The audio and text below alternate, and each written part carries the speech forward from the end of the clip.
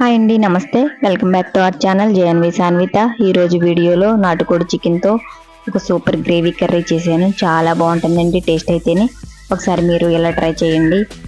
ఒక మంచి చిక్కటి గ్రేవీతో సూపర్ టేస్టీగా ఎలా చేశానో వీడియోలో చూసేయండి. ముందుగా ఈ కర్రీ కోసము కారాన్ని రెడీ చేసుకుందాం. కారం అంటే ఈ కర్రీకి రెడ్ చిల్లీ పౌడర్ అస్సలు వాడమండి.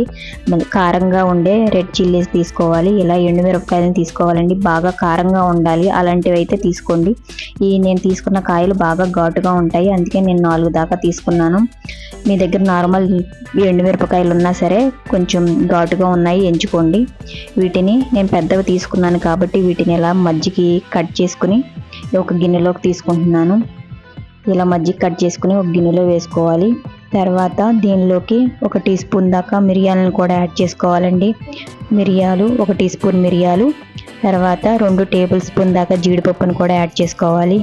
ఇవన్నీ గ్రేవీ కోసమేనండి. తర్వాత దీనిలోకి 1 టేబుల్ స్పూన్ దాకా వాటర్ మెలన్ సీడ్స్ కూడా యాడ్ చేసుకుని ఒక చిన్న గ్లాస్ గోరువెచ్చని నీళ్ళని యాడ్ చేసుకుని 30 to 40 మినిట్స్ పాటు నానబెట్టుకోవాలండి. ఇలా నానబెట్టుకున్న తర్వాత ఒక మిక్సీ జార్ తీసుకుని దానిలోకి నానబెట్టుకున్న ఈ ఎండుమిర్చి, జీడిపప్పు, వీటన్నిటిని మొత్తం యాడ్ చేసుకోవాలండి. వాటర్తో సహా యాడ్ చేసేసుకోవాలి. తర్వాత పెద్దదైతే 1, చిన్నవైతే 2 టమాటో పీసెస్ని కూడా యాడ్ చేసుకుని థిక్గా మెత్తటి పేస్ట్ గ్రైండ్ చేసుకోవాలండి. ఇలా గ్రైండ్ చేసుకుని ఇప్పుడు పక్కన పెట్టుకుని స్టవ్ ఆన్ చేసి ఒక కుక్కర్ గిన్నె పెట్టుకోవాలండి కర్రీ కోసం. ఇప్పుడు 1/4 కప్పు దాకా ఆయిల్ హీట్ చేసుకోవాలి. ఆయిల్ హీట్ అయిన తర్వాత ఒక ఫుల్ కప్ ఉల్లిపాయ ముక్కలను కూడా యాడ్ చేసుకుని ఈ ఉల్లిపాయ ముక్కలు లైట్ గోల్డెన్ కలర్కి టర్న్ అయ్యే వరకు ఫ్రై చేసుకోవాలి. ఇలా కలర్ టర్న్ అయిన తర్వాత దీనిలోకి ఒక ఫుల్ టేబుల్ స్పూన్ అల్లం వెల్లుల్లి పేస్ట్ని యాడ్ చేసుకోవాలి. తర్వాత 2 టేబుల్ స్పూన్ ధనియాల పొడి, 1 టీ స్పూన్ దాకా జీలకర్ర పొడి యాడ్ చేసుకోవాలండి. తర్వాత ముందుగా గ్రైండ్ చేసుకుని ఈ పేస్ట్ని కూడా యాడ్ చేసేసుకుని మొత్తం యాడ్ చేసుకున్న తర్వాత దీనిలోకి 2 నుంచి 3 పచ్చిమిర్చి స్లైసెస్ని కూడా మీరు తినే కారాన్ని బట్టి యాడ్ చేసుకోవాలండి.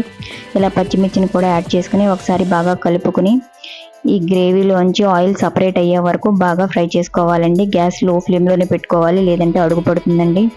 ఇలా ఆయిల్ చక్కగా సపరేట్ అయిన తర్వాత దీనిలోకి ఒక 1/2 కేజీ దాకా నేను నాటుకోడి చికెన్ తీసుకున్నాను. నీట్గా క్లీన్ చేసుకున్న ఈ నాటుకోడి చికెన్ కూడా ఈ కుక్కర్లో యాడ్ చేసుకుని ఒకసారి బాగా ఈ గ్రేవీ మొత్తం చికెన్కి పట్టేలాగా ఒకసారి బాగా కలుపుకోవాలి. ఈ విధంగా బాగా కలుపుకున్న తర్వాత వెంటనే కుక్కర్ మూత పెట్టకూడదండి. ఇప్పుడు మామూలు ప్లేట్ మూత పెట్టుకుని ఒక 5 నిమిషాల పాటు ఈ చికెన్లోంచి వాటర్ సపరేట్ అయ్యే వరకు ఉడికించుకోవాలి. 5 నిమిషాలకి వాటర్ సపరేట్ అవుతాయి. ఇప్పుడు మూత తీసుకుని ఒక 1/2 టీ స్పూన్ పసుపు, ఒక ఫుల్ టేబుల్ స్పూన్ దాకా ఉప్పు యాడ్ చేసుకుని ఒకసారి బాగా కలిపి ఒక ఫుల్ కప్పు దాకా వాటర్ని యాడ్ చేసుకోవాలండి. ఇలా ఒక ఫుల్ కప్పు వాటర్ని యాడ్ చేసుకొని ఒకసారి బాగా కలిపి ఇప్పుడు కుక్కర్ మూత పెట్టుకోవాలండి. కుక్కర్ మూత పెట్టుకుని ఒక 5-6 విజిల్స్ వచ్చే వరకు మీడియం ఫ్లేమ్లోన 5-6 విజిల్స్ పెట్టుకోవాలండి. ఒకవేళ మీకు కానీ ఒక 5-6 విజిల్కి ఉడికినట్లయితే సరిపోతుంది. ఒకవేళ ఉడకకపోతే ఇంకొక 2-3 విజిల్స్ ఇచ్చుకోవచ్చు. 5-6 విజిల్స్ తర్వాత చికెన్ అనేది నాకు బాగానే ఉడికిందండి. ఇప్పుడు గ్రేవీ అనేది ఫుల్గా ఉంది కాబట్టి మళ్ళీ స్టవ్ ఆన్ చేసి ఈ గ్రేవీ ఇంకొంచెం దగ్గర పడే వరకు గ్యాస్ హై ఫ్లేమ్లో పెట్టుకుని కొంచెం దగ్గర పడే వరకు ఒక 5-6 నిమిషాల పాటు ఉడికించుకోవాలండి. ఒక 5-6 నిమిషాలకి గ్రేవీ అనేది కరెక్ట్గా కన్సిస్టెన్సీకి వస్తుంది. ఇప్పుడు సాల్ట్ని అడ్జస్ట్ చేసుకోవాలి. తర్వాత కొంచెం గరం మసాలాను కూడా యాడ్ చేసుకోవాలండి. 1 టీ స్పూన్ దాకా ఈ గరం మసాలా, దాల్చిన చెక్క, లవంగాలు, యాలకులు కలిపి 3ని గ్రైండ్ చేసుకున్న పౌడర్ అండి. మసాలాను కూడా యాడ్ చేసుకున్న తర్వాత ఒక 1/2 కప్పు దాకా కొత్తిమీర ఆకును కూడా యాడ్ చేసుకుని 1 నిమిషం పాటు ఉడికించుకోవాలండి. కర్రీ అనేది కరెక్ట్ కన్సిస్టెన్సీ సరిపోయింది మాకు.